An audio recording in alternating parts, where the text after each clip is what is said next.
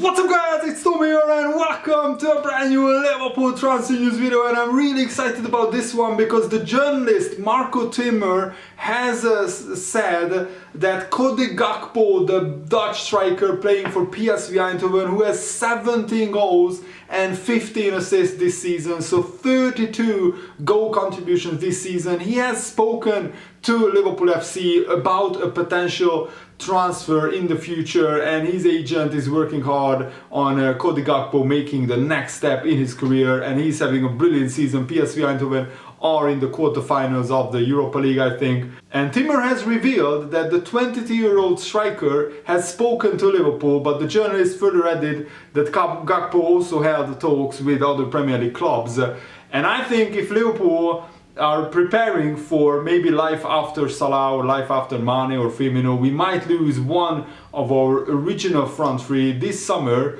Cody Gakpo would be actually a brilliant transfer because his current value, Transfermarkt is saying only 25 million euros. So if Liverpool could get a striker with a very good goals to games ratio for just 20-25 million, it would be an absolute no-brainer. And he's also a Dutch international. He scored his first international goal in style in the World Cup qualifiers in September the 4th.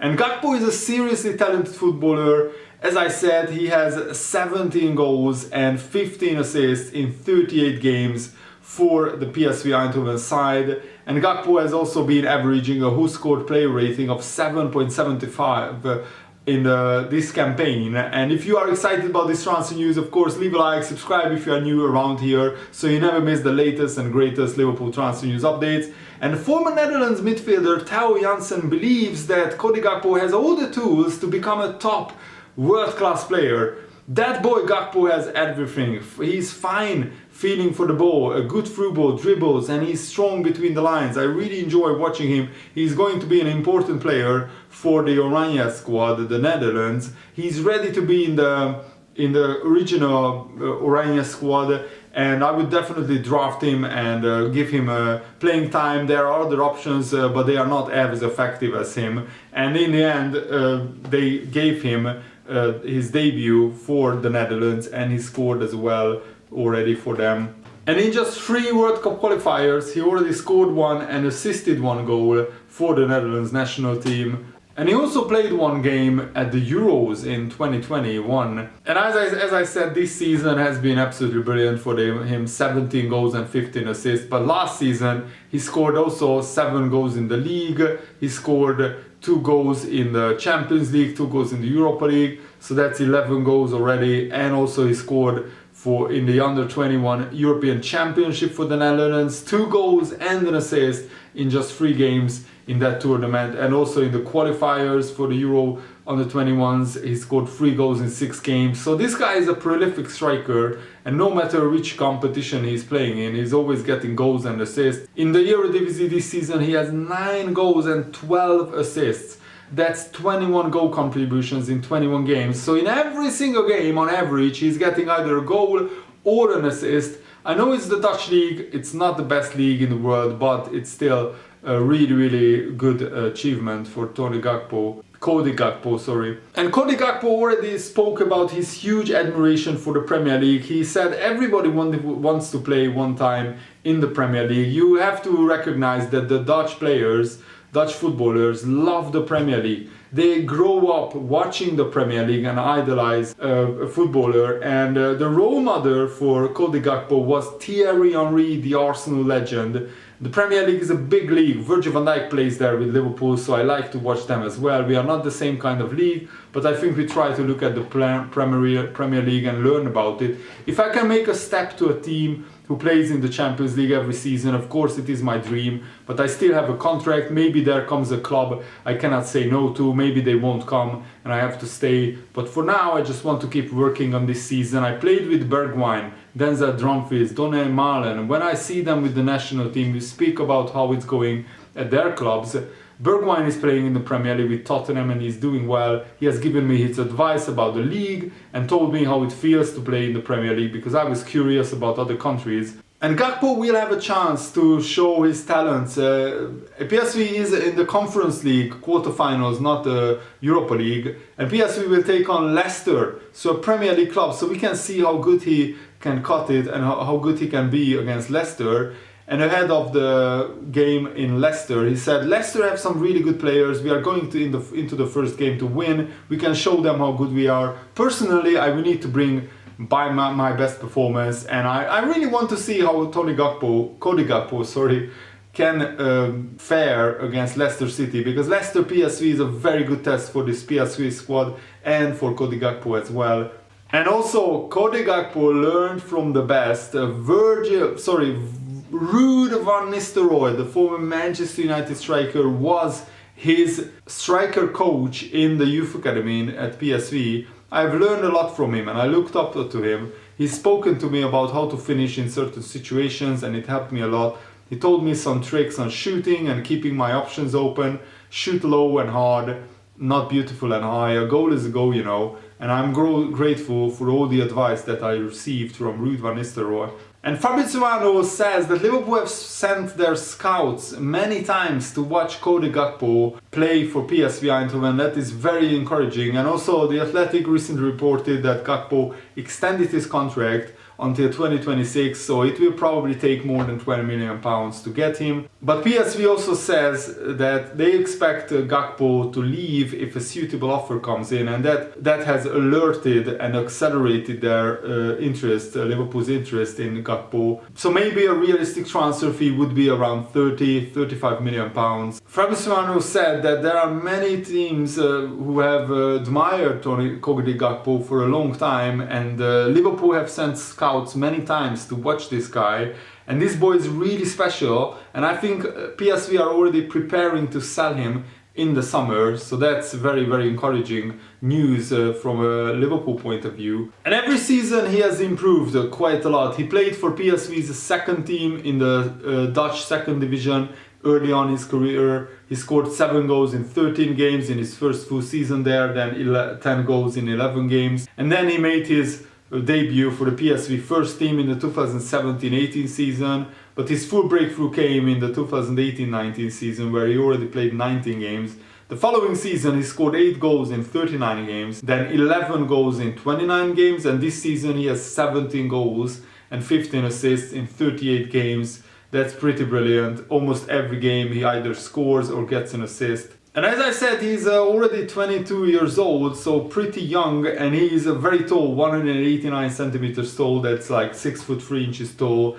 And he's primarily a striker, but he can also play on the left wing as well. And he has Togo and Netherlands nationality or Netherlands citizenship. He's playing, of course, for the Dutch national team, but he has Togo heritage in his blood as well. And Noah Whelan has suggested that Diogo Jota has been so critical for the Liverpool this season that he has rendered Bobby Firmino as a bench player, substitute player. I know you know how big of a fan I am of Bobby Firmino. He's a brilliant striker, brilliant false nine. But Diogo Jota has just been even better this season. And Noah Whelan said Jota has got a real understanding and intelligence which allows him to get in between defenders and finish the chances. He knows he can't compete one-on-one for a header, so he's adapting, he's using his footballing brain to get himself in the right areas. He's such a clever player, he has become a huge player for Liverpool. He hit the ground running when he came into Liverpool, and he's almost made Roberto Firmino obsolete with the pressure that he has put on him. Not only that, but he stepped up when Mane and Salah were away at the Africa Cup of Nations too. He's a great player to have in your side. And Jota is already on 20 goals this season. He has been absolutely brilliant for Liverpool, and he was the saviour for Liverpool many times when Salah and Mane was at the Africa Cup of Nations, that's for sure. Paul Robinson also has warned Virgil van Dijk against doing something that could have resulted in a Benfica penalty in the Benfica-Liverpool game, where he put his arm out to stop Darwin Núñez after he cut back on his right foot. And I don't really understand why Núñez fell over, because he had a clear shot at goal. But Noah Whelan says, Paul Robinson said that Van Dijk takes a risk when he puts his arm out like that. It is one of those that it is a matter of opinion.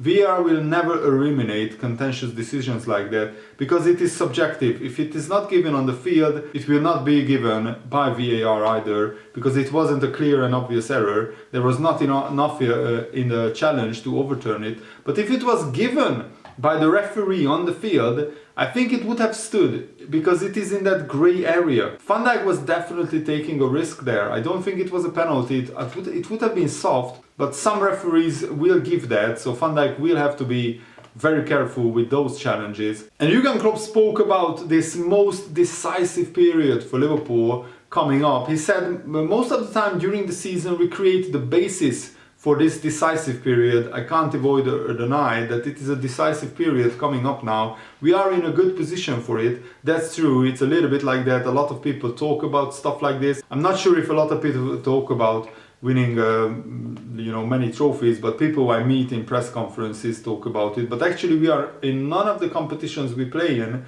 We are not favorites, to be honest. I'm not too interested in being the favorite. I don't need other people to think we will win it, definitely, or stuff like this. But I always wanted to be part of a team who can beat the best in the world. I think we are able to do that. But for this, you have to win a lot of football games. This will be then really decisive in any kind of final. So there is a long way to go.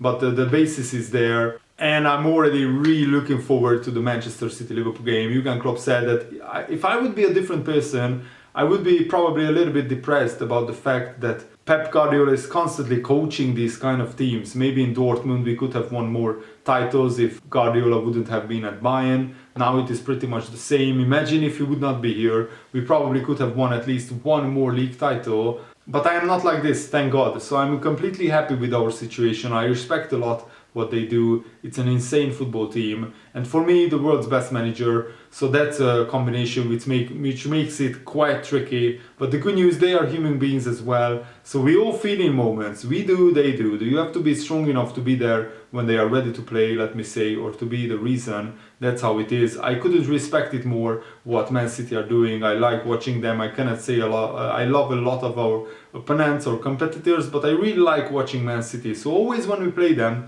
the analysis is a mix of serious work and real joy.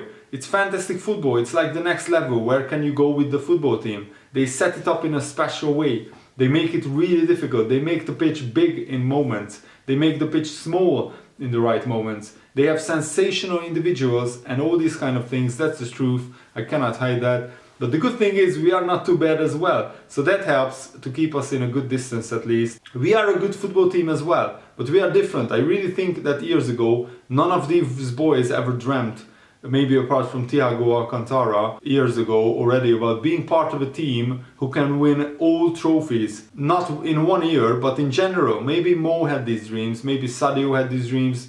But the rest we were probably thinking winning here and there a few trophies would be really great. So we developed and grew together. I didn't have these dreams when I was younger, but we developed together. That makes it so enjoyable and makes it so satisfying and great in moments. That doesn't mean obviously you think already big, because not getting or becoming champions for 1 point or 11 inches or whatever, how much it was at Burnley, or in our game against Man City, these kind of things. It's not nice, but it shows you are on the right track. It's important that this kind of information, what we gain over the years together, showed us that it's possible to win trophies. So we are that close that it is possible to make the next step. And then if you do make the next step, then there is something really big in it for you. That's how we grow in this group. It's really nice, it's really cool. It doesn't give any kind of guarantees, but it gives you a chance. And in life, you never need more than a chance. If you have a chance, I really think you should give it a go. That is exactly what we will do in our situation. There's no pressure, it's just opportunity. So let's go for it and let's see where we end up. And that's exactly the kind of mentality that Liverpool need to have. Take this opportunity and go for it with all we have. Bring on the Man City Liverpool game. Really looking forward to it. Thanks for watching, guys. Hope you enjoyed this video. I had a lot of fun making it. See you later. Good night.